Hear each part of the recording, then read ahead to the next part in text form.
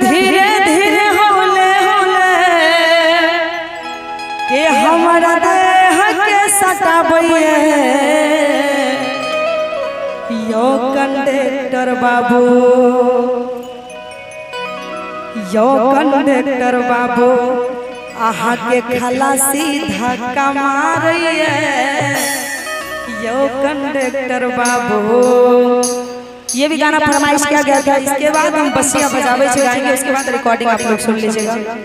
अरे कहेंगे कि धीरे धीरे होले होले देह के सटावैया, धीरे धीरे होले होले, धीरे धीरे होले होले देह के सटावैया यो कंडक्टर बाबू,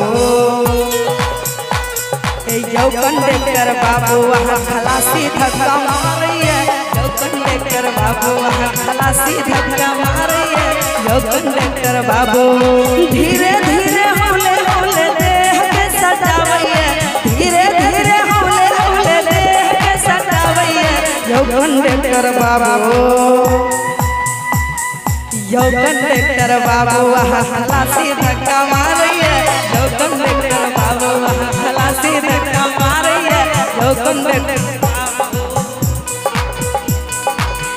जोरदार ताली हो जाएगी। आज या राजा क्या बात है, जय हो।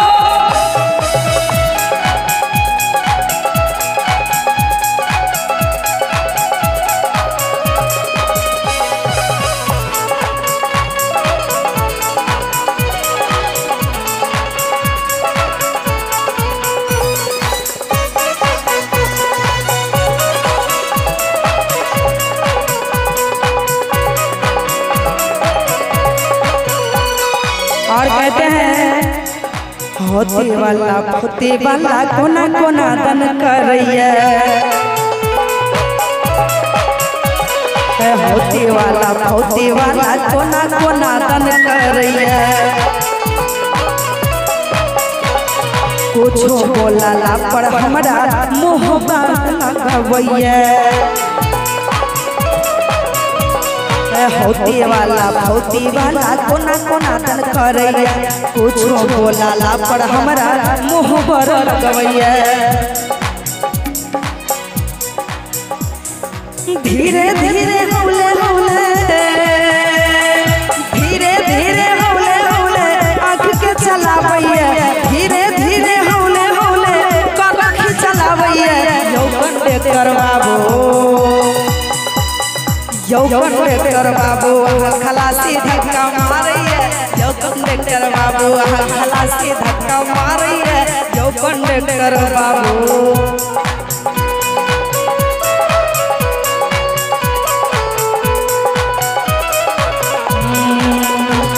छेर मिलन की गीत मितवा छे मिलन की गीत,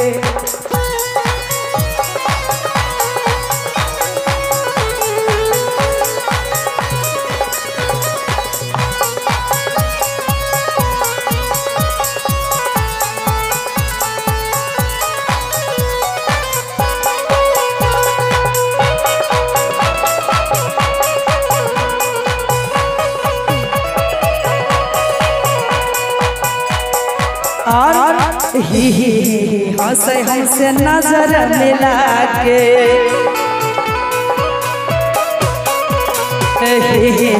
हंसे हमसे नजर मिला के,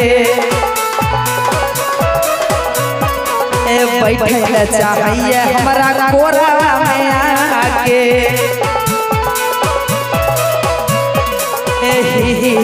हंसे हमसे नजर मिला के,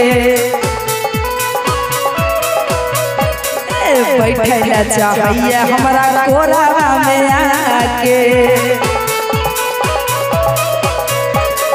देखी देखी हमारा कलख चलावैया, देखी देखी हमारा कलख चलावैया यो कंडक्टर बाबू, ये कंडक्टर बाबू वहाँ खलासी धक्का मारिए यो कंडक्टर बाबू, वहाँ खलासी धक्का मारिए यो कंडक्टर बाबू। धीरे धीरे होले